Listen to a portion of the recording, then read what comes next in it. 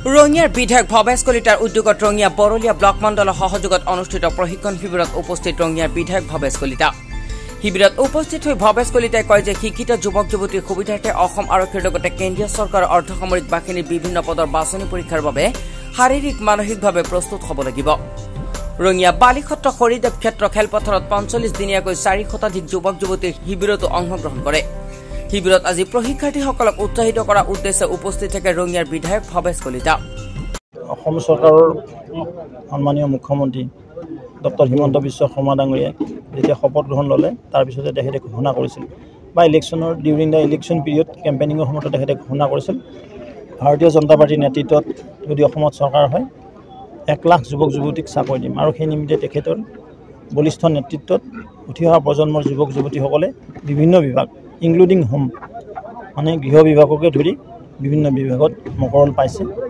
মই তাৰ বাবে তেখেতক ধন্যবাদ জ্ঞাপন কৰিছোঁ।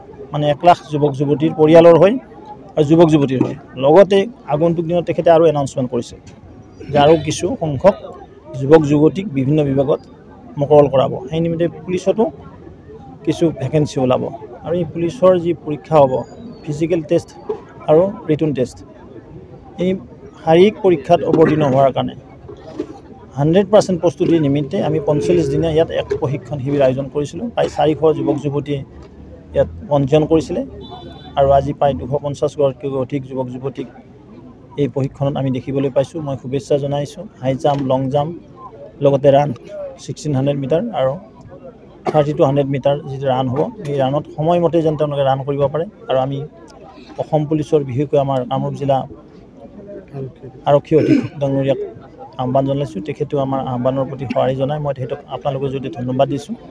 কিছু ইনষ্ট্ৰাক্টৰৰ ব্যৱস্থা কৰিছিলে আৰু মই যোৱাবেলিও আমাৰ আইমত ষ্টেডিয়াম বৈদ্যগড় পঞ্চায়তত যিখিনি প্ৰশিক্ষণ দিছিলোঁ প্ৰায় ৩৫গৰাকী যুৱক যুৱতীয়ে শাৰীৰিক পৰীক্ষাত অৱতীৰ্ণ হৈ মানে উত্তীৰ্ণ হ'বলৈ সক্ষম হৈছিলে আৰু কেইবাজনেও মকৰল পালে আৰু সেই নিমিত্তে এইবুলিও আমি আয়োজন কৰিছোঁ। মোৰ আশা আছে তেওঁলোকে সুন্দৰভাৱে শাৰীৰিক পৰীক্ষাত অৱতীৰ্ণ হওক, তাত উত্তীৰ্ণ হওক, তাৰপিছত আকৌ ৰিটন টেষ্টৰ কাৰণেও আমি এলানি প্ৰশিক্ষণৰ ব্যৱস্থা কৰিম।